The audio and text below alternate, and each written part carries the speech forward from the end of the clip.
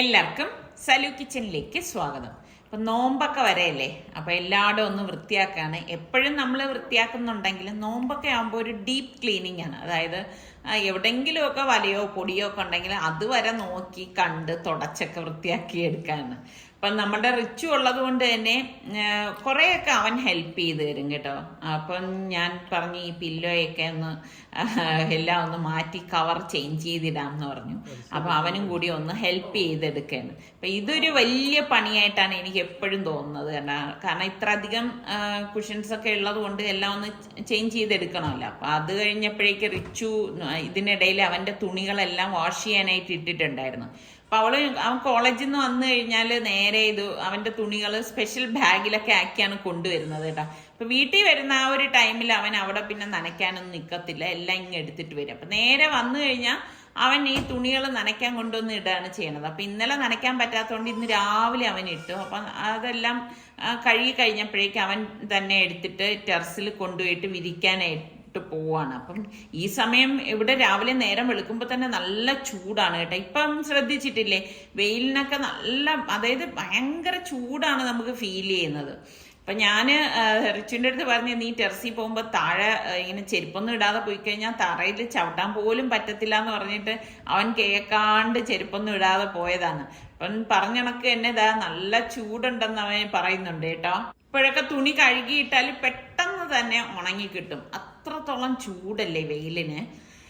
അപ്പോൾ ഞാൻ ബാക്കിയുള്ളതെല്ലാം കുഷൻസൊക്കെ ഒന്ന് വീണ്ടും ഒന്ന് എല്ലാം ഒന്ന് കവർ ചെയ്ത് ഇടണേ. കാരണം കുറേ ഉള്ളത് കൊണ്ടാണ് ഒത്തിരി ടൈം എടുക്കുന്നത്. അത് കറക്റ്റ് ലെവൽ ചെയ്ത് പിടിച്ചൊക്കെ ഇടണമെങ്കിൽ കുറച്ച് ടൈം എടുക്കും. മറ്റത് ഞാനിവിടെ ഒറ്റയ്ക്കായിരിക്കുമ്പോഴേക്ക് വേറെ പണിയൊന്നും ഇല്ലല്ലോ, ഇങ്ങനെയൊക്കെ മാറ്റിയും തിരിച്ചും ഒക്കെ ഇടയ്ക്കൊക്കെ ഇത് ചേഞ്ച് ചെയ്തിടുമായിരുന്നു. ഇപ്പം പിന്നെ കുറച്ച് അധികമായി കേട്ടോ ഒന്ന് ചേഞ്ച് ആക്കിയിട്ട്. എപ്പോഴും നമ്മൾ ഒരേപോലെ ഇരിക്കുന്നത് ഇന്നും കുറച്ചൊക്കെ മാറ്റങ്ങൾ വരുത്തുമ്പം അതും നമുക്ക് കാണാനൊരു ഭംഗി തന്നെയാണ്. റിച്ചു വരുമ്പോഴൊക്കെ നിസാറയ്ക്ക് പറയും കേട്ടോ, ഈ ഭാഗങ്ങളിലൊക്കെ ഒന്ന് വാഷ് ചെയ്യണം എന്ന്. പക്ഷെ അവൻ ഈ പറഞ്ഞ ചെയ്യാൻ പാപ്പാന്നൊക്കെ പറഞ്ഞിട്ട് മടി കൊണ്ടാണോ അതേ മറന്നു പോകുന്നത് നടിക്കുന്നതാണോ എന്നറിയത്തില്ല, അവൻ ചെയ്യാണ്ട് അങ്ങ് തിരിച്ചു പോവാണ് ചെയ്യണത്. അപ്പൊ ഇപ്രാവശ്യം വന്നപ്പോഴേക്കും നിസാറയ്ക്ക് കയ്യോടെ പിടികൂടി, നമുക്ക് രണ്ടുപേർക്കും കൂടി അവിടെ ഒന്ന് ക്ലീൻ ചെയ്യാന്ന് പറഞ്ഞു. അപ്പൊ രണ്ടുപേരും കൂടി അവിടെ ഒക്കെ ഒന്ന് ക്ലീൻ ചെയ്യാണ്. ഇവിടെയൊക്കെ ഞാൻ എപ്പോഴും ചെയ്യുന്നുണ്ടെങ്കിലും എപ്പോഴും പൊടിയടിക്കുന്ന ഭാഗമല്ലേ, അപ്പൊ നല്ലതുപോലെ ഇതുപോലെ അഴുക്കൊക്കെ ഉണ്ടാവും. അപ്പൊ ഇടയ്ക്കൊക്കെ ഇതുപോലെ വാഷ് ചെയ്ത് അങ്ങ് വിടും. ഇപ്പൊ ചുവരിലൊക്കെ ആണെങ്കിൽ ഇതുപോലെ പായലൊക്കെ വന്നു കഴിഞ്ഞാൽ കാണാനൊരു വൃത്തികേടല്ലേ. അപ്പം ഇങ്ങനെയൊക്കെയുള്ള ഭാഗങ്ങളൊക്കെ നോക്കിയും കണ്ടും ഒക്കെ ചെയ്തെടുക്കുമ്പോഴേക്ക് കുറച്ച് നാൾ അത് നല്ല വൃത്തിയായിട്ടിരിക്കും. ഞാൻ കഴിഞ്ഞ വീഡിയോയിൽ നിങ്ങളെന്ന് കാണിക്കണം എന്ന് വിചാരിച്ചതാണ് കേട്ടോ. എനിക്ക് പുതിയൊരു സഹായിയെ കിട്ടിയിട്ടുണ്ട്. ഇത് മറ്റാരുമല്ല, അഗാറോ റോബോട്ട് വാക്യൂം ക്ലീനറാണ് കേട്ടോ.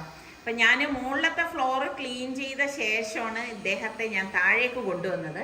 അപ്പോൾ ആദ്യം ഇദ്ദേഹം ഓടി നടന്ന് നമുക്ക് ക്ലീൻ ചെയ്യേണ്ട റൂമുകളുടെ മാപ്പ് തയ്യാറാക്കി കഴിഞ്ഞ ശേഷമാണ് പിന്നെ ക്ലീനിങ് ആരംഭിക്കുന്നത്. അപ്പം ഇതിൻ്റെ അകത്തൊരു ഫിൽറ്റർ ഉണ്ട്, അതുപോലെ തന്നെ ഒരു ബോട്ടിലുണ്ട്. ആ ബോട്ടിൽ നമ്മൾ വെള്ളം ഫില്ല് ചെയ്ത് അതിനുള്ളിലേക്ക് വെക്കുകയാണ് ചെയ്യണത്. അപ്പോഴേക്ക് അത് പൊടിയെല്ലാം കളഞ്ഞ ശേഷം നന്നായി മോപ്പ് ചെയ്ത് തരും കേട്ടോ.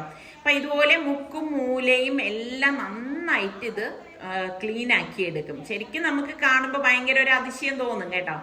അപ്പൊ ഇങ്ങോട്ടേക്ക് വന്നപ്പോൾ എനിക്ക് ചെറിയൊരു ഭയം ഇല്ലാതില്ല. കാര്യം എന്ന് പറഞ്ഞാൽ ഇത് താഴെ വീഴുമോ എന്നുള്ളത്. പക്ഷെ ഒന്നും സംഭവിക്കത്തില്ല, അവനത് തിരിച്ചറിയാം. അവിടെ എത്തുമ്പോഴേക്ക് അത് മാറി ബാക്കിയുള്ള ഭാഗം എല്ലാം ക്ലീൻ ചെയ്യും.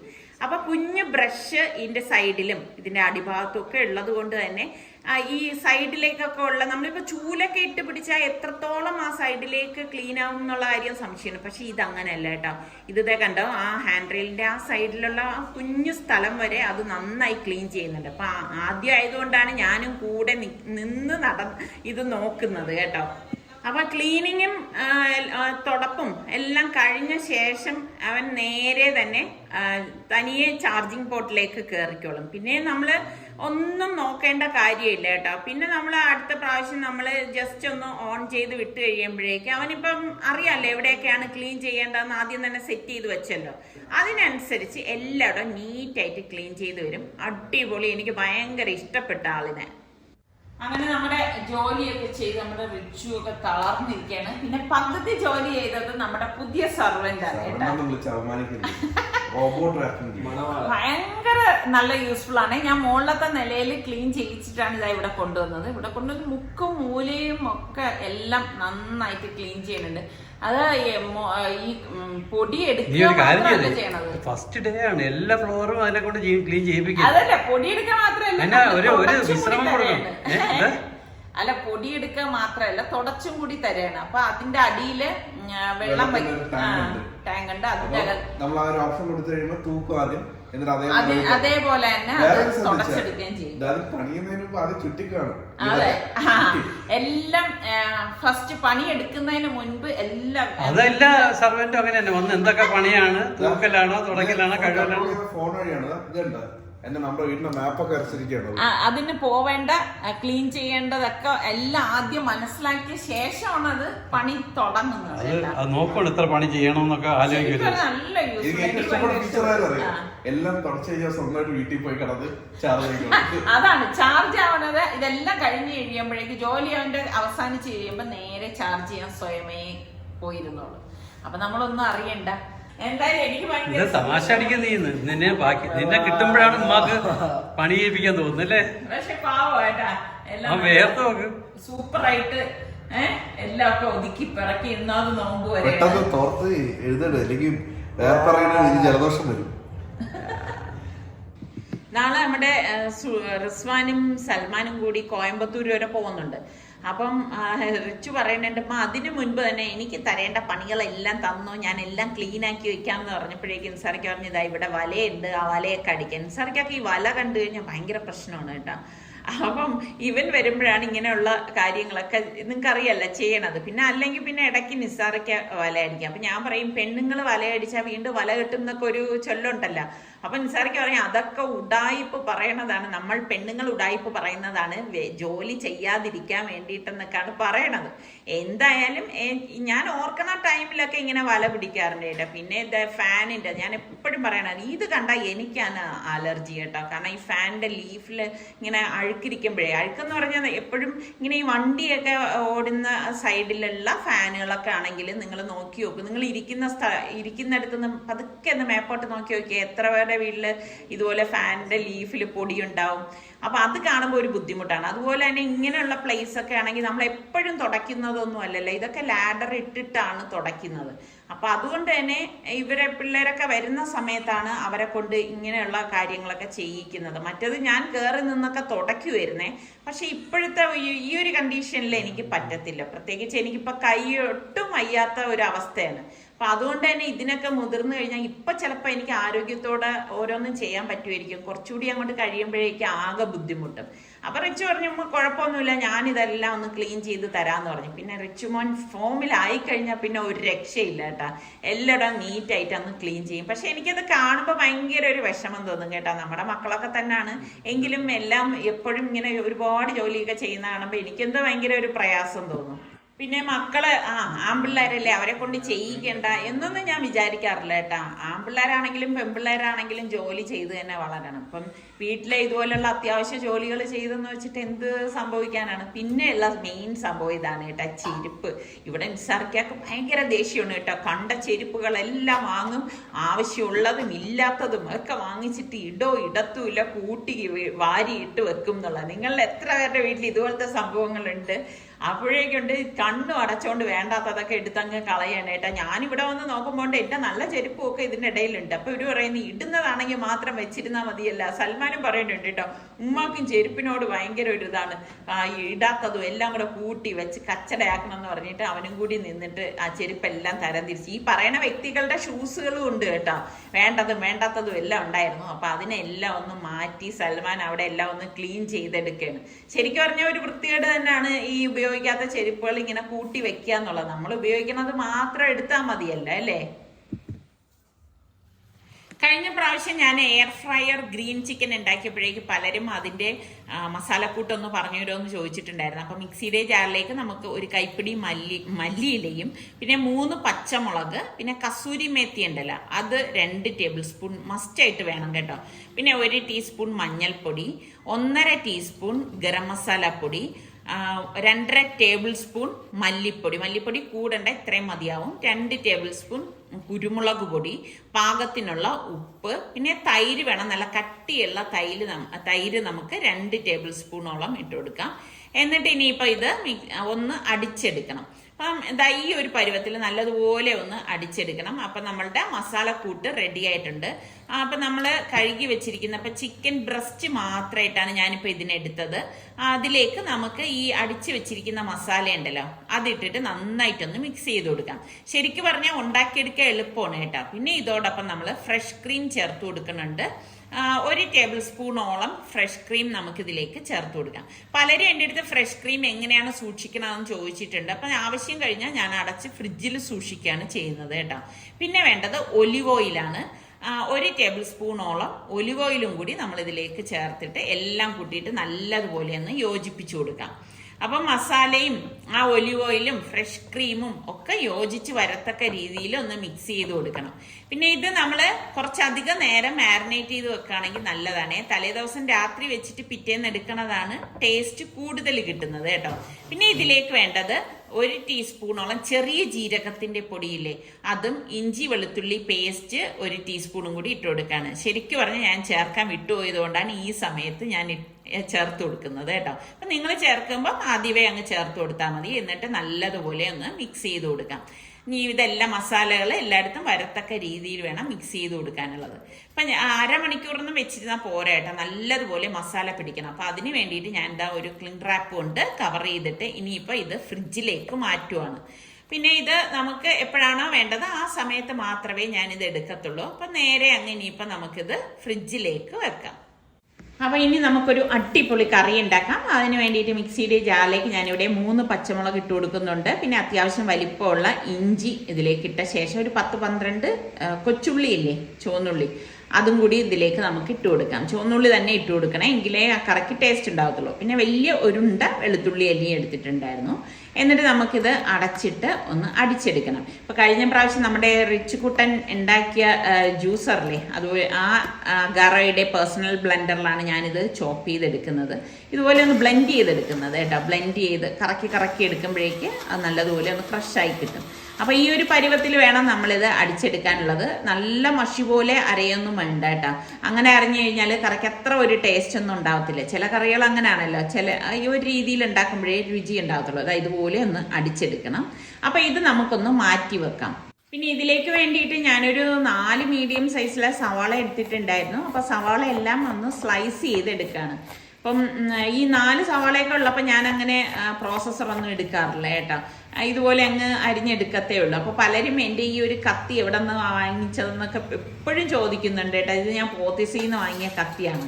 അപ്പോൾ ഇതുപോലെ എവിടെയെങ്കിലും പോകുമ്പം നല്ല ഇതുപോലത്തെ എന്തെങ്കിലുമൊക്കെ കാണുമ്പോൾ ഞാൻ അപ്പോഴങ്ങ് വാങ്ങിക്കും കേട്ടോ. എനിക്ക് ഭയങ്കര ഇഷ്ടമാണ് ഇങ്ങനെയുള്ള ഐറ്റംസൊക്കെ. പിന്നെ വേണ്ടത് നമുക്ക് തക്കാളിയാണ്. അപ്പം ഞാൻ അത്യാവശ്യം ഒരു മീഡിയം സൈസിലുള്ള തക്കാളി ഒരു 3 എണ്ണമാണ് എടുത്തിരിക്കുന്നത്. അപ്പോൾ ആ തക്കാളി നമുക്ക് ഇതുപോലെ ഒന്ന് കട്ട് ചെയ്തെടുക്കാം. അപ്പോൾ ഇതുപോലെയുള്ള ഐറ്റംസ് ഒക്കെ നമ്മൾ റെഡിയാക്കി വെക്കുകയാണെങ്കിൽ നമുക്ക് കുക്ക് ചെയ്യാൻ നേരം എളുപ്പത്തിൽ കുക്ക് ചെയ്ത് മാറാൻ പറ്റും. അപ്പം ഞാനിവിടെ ഒരു സോസ് പാൻ എടുത്തിട്ടുണ്ട്. ഇതിലേക്ക് ഒരു 4 ടേബിൾ സ്പൂൺ വെളിച്ചെണ്ണ ഒഴിച്ച ശേഷം പട്ട, ഗ്രാമ്പു, ഏലക്ക, പെരിഞ്ജീരകം, അതുപോലെ തന്നെ ഉലുവ, ഇത്രയും കൂടി നമുക്കിത് ഇതിലേക്ക് ഇട്ടിട്ട് ഒന്ന് മൂപ്പിച്ചു കൊടുക്കാം. അപ്പോൾ ഫ്ലെയിം ഒന്ന് കുറച്ച് വെച്ച ശേഷമാണ് ഞാൻ മൂപ്പിച്ചെടുത്തിരിക്കുന്നത്. ഇതിലേക്ക് നമുക്ക് ഈ അരിഞ്ഞു വെച്ചിരിക്കുന്ന സവാള ഇട്ടിട്ട് ഒന്ന് വഴറ്റി കൊടുക്കണം. അപ്പം ഫ്ലെയിമിൻ്റെ അളവ് എപ്പോഴും കുറച്ച് വെച്ചിട്ടേ നമ്മൾ ഈ മസാലയൊക്കെ ചേർക്കാവൂ. അത് കരിഞ്ഞു കഴിഞ്ഞാൽ നമ്മളുടെ കറിയുടെ ടേസ്റ്റ് ആകെ മാറിപ്പോവും. അപ്പം ചില കൊച്ചു സംഗതികൾ നമ്മൾ ശ്രദ്ധിച്ച് ചെയ്യുകയാണെങ്കിൽ നല്ല കറി ഉണ്ടാക്കി എടുക്കാൻ പറ്റും. അപ്പം ഞാൻ ഇടയ്ക്കൊന്ന് മൂടി വെച്ച് കൊടുത്തിട്ടുണ്ടായിരുന്നു. 2 മിനിറ്റ് കഴിഞ്ഞ് മൂടി മാറ്റിയിട്ട് കുറച്ച് കറിവേപ്പിലയും കൂടി ഇതിലേക്ക് ഇട്ടിട്ട് ഇതുപോലെ ഒന്ന് വഴറ്റി കൊടുക്കാം. മൂടി വെക്കണത് എന്തിനാന്ന് വെച്ചാൽ പെട്ടെന്ന് ഇതൊന്ന് വാടി കിട്ടാൻ വേണ്ടിയിട്ടാണ് മൂടി വെക്കണത്. കുറേ നേരം വെച്ചേക്കരുത്. അങ്ങനെ വെച്ച് കഴിഞ്ഞാൽ ഉള്ളി അടിക്ക് പിടിക്കാനുള്ള സാധ്യത കൂടുതലാണ്. വീണ്ടും ഞാനൊന്ന് മൂടി വെച്ച് കൊടുക്കുകയാണ്. വീണ്ടും 1-2 മിനിറ്റ് കഴിഞ്ഞപ്പോഴേക്കും ഞാൻ മൂടി തുറന്നിട്ട് നമ്മൾ ഈ ക്രഷ് ചെയ്ത് വെച്ചിരിക്കുന്നതില്ലേ ആ മസാലക്കൂട്ട് ഇതിലേക്ക് ഇട്ട് കൊടുക്കുകയാണ് ചെയ്യുന്നത്. എന്നിട്ട് ഇനിയിപ്പോൾ ഇതെല്ലാം ചേർത്തിട്ട് നല്ലതുപോലെ ഒന്ന് വഴറ്റി കൊടുക്കും. അപ്പം ഓരോ കറിക്കും ഓരോ രീതിയിൽ നല്ല രുചി കിട്ടുന്നത് ഇങ്ങനെയൊക്കെയുള്ള നുറുങ്ങുകൾ ചെയ്യുമ്പോഴാണ് കേട്ടോ. ഒരേ രീതിക്ക് തന്നെ നമ്മൾ ഉണ്ടാക്കുമ്പോഴേക്കും ആ കറിക്ക് ഒരേ ടേസ്റ്റ് അല്ലേ ഉണ്ടാവുന്നത്. അപ്പോൾ ദാ ഇതുപോലെ ഒന്ന് വഴറ്റി കൊടുത്ത ശേഷം ഞാൻ ദാ തക്കാളി ഇതിലേക്ക് ചേർത്ത് കൊടുക്കുകയാണ്. അപ്പം ഞാൻ ആദ്യം തന്നെ തക്കാളി ഇതിലേക്ക് ചേർത്തിട്ട് ദാ ഇതുപോലെ ഒന്ന് വഴറ്റി കൊടുക്കുകയാണ് കേട്ടോ. അപ്പം തക്കാളി പെട്ടെന്നൊന്ന് ഇനിയൊന്ന് വാടി കിട്ടാൻ വേണ്ടിയിട്ട് ഞാൻ ദാ ഇതുപോലെ ഒന്ന് പരത്തിയിട്ട് വീണ്ടും ഒന്ന് മൂടി കൊടുക്കുകയാണ് ചെയ്യണത്. വീണ്ടും ഒരു 1-2 മിനിറ്റ് ആകുമ്പോഴേക്കും എന്നെ തക്കാളിയൊക്കെ ഒന്ന് പരുവായിട്ടുണ്ടാവും. അപ്പോൾ ആ മൂടി തുറന്നിട്ട് ഇതാ ഇതുപോലെ ഒന്ന് ഇളക്കി കൊടുക്കുകയാണ് ചെയ്യുന്നത്. ഇനി നമുക്ക് ഇതിലേക്ക് പൊടികൾ ചേർത്ത് കൊടുക്കാം. അപ്പം ഇതിലേക്ക് ആദ്യം തന്നെ 1.5 ടീസ്പൂണോളം മഞ്ഞൾപ്പൊടിയും പാകത്തിനുള്ള ഉപ്പും കൂടി ഇട്ട ശേഷം നമുക്കിതൊന്ന് ഇളക്കി കൊടുക്കാം. ആ മഞ്ഞൾപ്പൊടിയുടെ ആ ഒരു പച്ചച്ചുവ മാറത്തക്ക രീതിയിൽ നമ്മളൊന്ന് ഇളക്കി കൊടുക്കണം കേട്ടോ. ഇതുപോലെ ഒന്ന് ഇളക്കിയെടുക്കണം. ശരിക്കും ശ്രദ്ധിച്ചിട്ടില്ലേ, മഞ്ഞൾപ്പൊടിക്ക് ഒരു പച്ച ചുവയുണ്ട്. ഇളക്കി കൊടുത്ത ശേഷം നമ്മൾ കഴുകി വൃത്തിയാക്കി വെച്ചിരിക്കുന്ന ചിക്കൻ പീസസ് ഞാൻ ഇതിലേക്ക് ഇട്ട് കൊടുക്കുകയാണ് ചെയ്യണത്. ഏകദേശം ഒരു 2.5 കിലോയോളം ചിക്കൻ ഉണ്ടായിരുന്നു കേട്ടോ. അപ്പോൾ അത് നല്ലതുപോലെ കഴുകി ഡ്രെയിൻ ചെയ്ത് വെച്ചിരുന്നതാണ്. എന്നിട്ട് നമുക്കത് ഇതുപോലെ ഒന്ന് വഴറ്റി കൊടുക്കണം.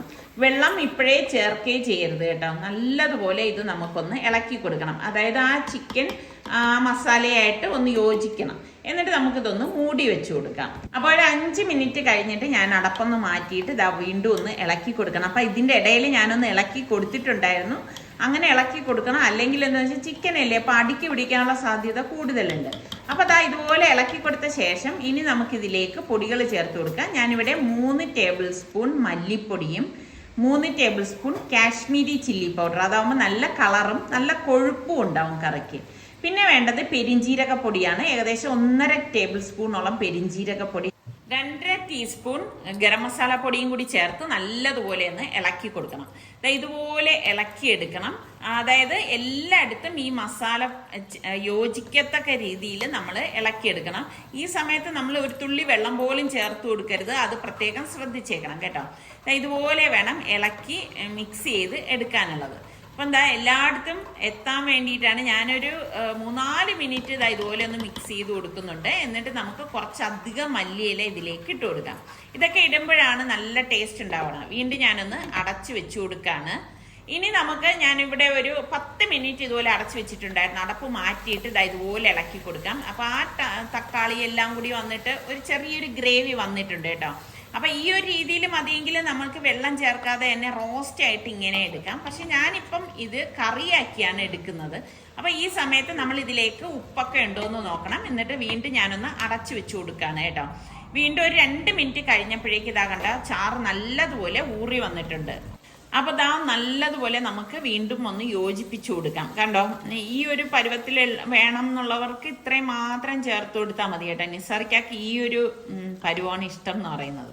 പക്ഷേ ഇന്നിപ്പം കുറച്ച് പേരുണ്ട്, അതുകൊണ്ട് എനിക്ക് അങ്ങനെ ഉണ്ടാക്കാൻ പറ്റത്തില്ല. അപ്പം ഞാൻ നല്ല തിളച്ച വെള്ളം ഇതിലേക്ക് ഒഴിച്ചു കൊടുക്കുകയാണ് ചെയ്യണത്. നല്ല വെട്ടി തിളയ്ക്കുന്ന വെള്ളം തന്നെ നമ്മൾ ഒഴിച്ചു കൊടുക്കാൻ പ്രത്യേകം ശ്രദ്ധിച്ചേക്കണം. പച്ചവെള്ളം തീരെ ഒഴിക്കരുത് കേട്ടോ. എന്നിട്ട് ഞാൻ ഉപ്പൊക്കെ വീണ്ടും ഒന്ന് നോക്കുവാണ്. എന്നിട്ട് നമുക്കിത് ഇനി ഇതൊന്ന് അടച്ചു വെച്ച് റെഡിയാക്കി എടുക്കാം. അപ്പം നമ്മളിത് മാരിനേറ്റ് ചെയ്ത് വെച്ചിരിക്കുന്ന ചിക്കൻ ഞാൻ എടുത്തു. റാപ്പൊന്ന് മാറ്റിയിട്ട് നല്ല മസാലയൊക്കെ കറക്റ്റിന് പിടിച്ച് വന്നിട്ടുണ്ട് കേട്ടോ. അപ്പം ഇനിയിപ്പോൾ എളുപ്പമാണ്. എയർ ഫ്രയർ ഉണ്ടെങ്കിൽ നമുക്കിതൊക്കെ ഉണ്ടാക്കിയെടുക്കാൻ എളുപ്പമാണ് കേട്ടോ. അല്ലെങ്കിൽ നമ്മളിത് പാനിൽ ഒരു ലേശം ഒലിവ് ഓയിൽ ഒന്ന് ബ്രഷ് ചെയ്ത ശേഷം, കുറച്ച് കേട്ടോ, ഒലിവ് ഓയിൽ ബ്രഷ് ചെയ്ത ശേഷം കുറച്ച് ടൈം എടുത്ത് ലോ ഫ്ലെയിമിൽ വെച്ചിട്ട് ഫ്രൈ ചെയ്തെടുത്താൽ മതി. തിരിച്ച് മറിച്ചിട്ട് ഫ്രൈ ചെയ്തെടുക്കണം. എയർ ഫ്രയർ ആകുമ്പോൾ നമുക്ക് ഇതുപോലെ വച്ച ശേഷം പിന്നെ ഒന്നും നോക്കേണ്ട ആവശ്യമില്ല. അത് നമ്മൾ ഇതുപോലെ എടുത്ത ആ ബാസ്ക്കറ്റ് പിന്നെ അതിനുള്ളിലേക്ക് വെച്ച് ടൈമും സെറ്റ് ചെയ്ത് കഴിഞ്ഞാൽ പിന്നെ അതിൻ്റെ കാര്യം എളുപ്പമായി. എനിക്ക് നല്ല യൂസ്ഫുൾ ആണ് കേട്ടോ. പലരും എൻ്റെ അടുത്ത് ഇത് എങ്ങനെയുണ്ടെന്നൊക്കെ ചോദിക്കുന്നുണ്ട്. ഭയങ്കര യൂസ്ഫുൾ ആണ്. ഇവിടെ ഞാൻ എപ്പോഴും ഉപയോഗിക്കുന്നതാണ് കേട്ടോ. അപ്പം നമുക്ക് അതിൽ തന്നെ ഓപ്ഷൻ ഉള്ളത് കൊണ്ട് 27 മിനിറ്റേ ഉള്ളൂ. അപ്പോൾ ഇടയ്ക്ക് നമ്മൾ ഇതൊന്ന് റെഡി ആകുമ്പം മറച്ച് വെക്കും. അപ്പം ഇതിനിടെ ചിക്കൻ കറി ഞാനൊന്ന് നോക്കി. കറക്റ്റ് പരുവത്തിന് നല്ലതുപോലെ വെന്ത് വന്നിട്ടുണ്ട്. കണ്ട, ഈ ഒരു പരുവത്തിലാണ് ഇരിക്കണത്. ശരിക്കും നിങ്ങൾക്ക് ചിക്കൻ കറിയാണോ ഇഷ്ടം, ചിക്കൻ റോസ്റ്റ് ആണോ ഇഷ്ടം? അതുപോലെ തന്നെ ചിക്കൻ കറിയുടെ കൂടെ കഴിക്കാൻ നിങ്ങൾക്ക് ഏത് പലഹാരമാണ് ഇഷ്ടം? എനിക്ക് പത്തിരി ഇഷ്ടമാണ് കേട്ടോ. പിന്നെ അപ്പം ഇഷ്ടമാണ്. അങ്ങനെയൊക്കെ ഉള്ളത് ചിക്കൻ കറിയൊക്കെ നല്ല കോമ്പിനേഷൻ അല്ലേ. അപ്പോൾ ഞാൻ അത് മാറ്റി വെച്ചു. അതിനുശേഷം നമ്മളുടെ എയർ ഫ്രയറിൽ 8 മിനിറ്റ് മാത്രം ബാക്കിയുള്ളപ്പോഴേക്ക് ഞാൻ അതിനെ പുറത്തെടുത്തിട്ട് ഒന്ന് തിരിച്ചു വെച്ചു കൊടുക്കുകയാണ് കേട്ടോ. അപ്പം ഓൾമോസ്റ്റ് ഇത് വെന്ത് വന്നിട്ടുണ്ട്. എന്നാലും മറ സൈഡും കൂടി ഒന്ന് റെഡിയാവാനാണ് നമ്മൾ ഇങ്ങനെ ഒന്ന് മറച്ചു വെച്ചു കൊടുക്കുന്നത് കേട്ടോ. അപ്പം നല്ല ടേസ്റ്റാണ്. അപ്പം ഈ ഒരു മസാലക്കൂട്ടിൽ നിങ്ങൾ ഉണ്ടാക്കി നോക്കൂ. ഇപ്പം കഴിഞ്ഞ പ്രാവശ്യം ഞാൻ കാണിച്ചപ്പോഴേക്ക് എന്താണ് മസാല എന്ന് കാണിക്കാത്തപ്പോഴാണ് ഒരുപാട് പേര് എൻ്റെ അടുത്ത് അതിൻ്റെ മസാലക്കൂട്ട് ചോദിച്ചായിരുന്നു. മുൻപ് എപ്പോഴോ ഞാൻ കാണിച്ചിട്ടുണ്ടായിരുന്നു, നിങ്ങളത് കണ്ടിട്ടില്ല എന്ന് തോന്നുന്നു കേട്ടോ. അപ്പം ഞാൻ അത് മറിച്ച് വെച്ച ശേഷം വീണ്ടും അതങ്ങ് സ്റ്റാർട്ട് ചെയ്ത് കൊടുക്കുകയാണ്. അത് കഴിഞ്ഞപ്പോഴേക്ക് നമ്മളുടെ ചിക്കൻ റെഡി ആയിട്ടുണ്ട്. അടിപൊളി ടേസ്റ്റാണ്. അപ്പം എല്ലാവരും ഒന്ന് ട്രൈ ചെയ്ത് നോക്കണം കേട്ടോ, സൂപ്പർ ടേസ്റ്റാണ്. നമ്മുടെ സുൽത്താൻ ഓർഡർ ചെയ്ത് ഇവിടെ എത്തിച്ചതാണ്. എന്താണെന്നുള്ളത് എനിക്കൊന്ന് തുണിയാണെന്ന് തോന്നുന്നു. ഷോളായിരിക്കും ഒച്ചിട്ടേ. അടിപൊളി കളർ കേട്ടോ. ശരി, നോക്കി അതിന്റെ സെലക്ഷൻ ഞാൻ നോക്കട്ടെ. സൈസ് എങ്ങനെ അറിഞ്ഞു? അവ ഇവിടെ നിന്നല്ലേ പോയത്. കൊച്ചു ന്യൂ ബോൺ ബേബിക്കാണ്. അങ്ങോട്ട് വാവ്, നിക്കറാ അടിപൊളി. അങ്ങോട്ട് അമ്മ നോക്കുവാണോ, അല്ലാതെ നോക്കിക്കേ. നീ കഴിഞ്ഞ പ്രാവശ്യം പറഞ്ഞില്ലേ പിങ്ക് മറന്നുപോയെന്ന് പറഞ്ഞില്ല, അതാണ് പിങ്ക്. നിക്കറാ, നിക്കറ്. പക്ഷെ ആ ബോയൊക്കെ വന്നിട്ട് നല്ല ഭംഗിയുണ്ട് കേട്ടാ. ഇത് ഫ്രോക്കാ അല്ലേ? അടിപൊളി. സൽമാൻ ഒരു മിനിറ്റ് വാ. എനിക്ക് ഏറ്റവും ഇഷ്ടപ്പെട്ട ഇതാണ്. നിങ്ങൾക്ക് ഏതാണ്? ഇതാണ് ഇഷ്ടമായത്? ഇതാണോ? ഏതാണെന്ന് പറയണേ. ഇതായിരിക്കും എല്ലാവർക്കൊക്കെ. ഇങ്ങ് വാ. സുൽത്താനെ നീ കാണുവാണെങ്കിൽ എന്താണ്? പാഴ്സൽ വന്നാണ്. എനിക്ക് ഇതാണ് ഇഷ്ടമായത് കേട്ടാ. എനിക്കും നിങ്ങൾക്കൊക്കെ ഏതാണ് ഇഷ്ടമായത്?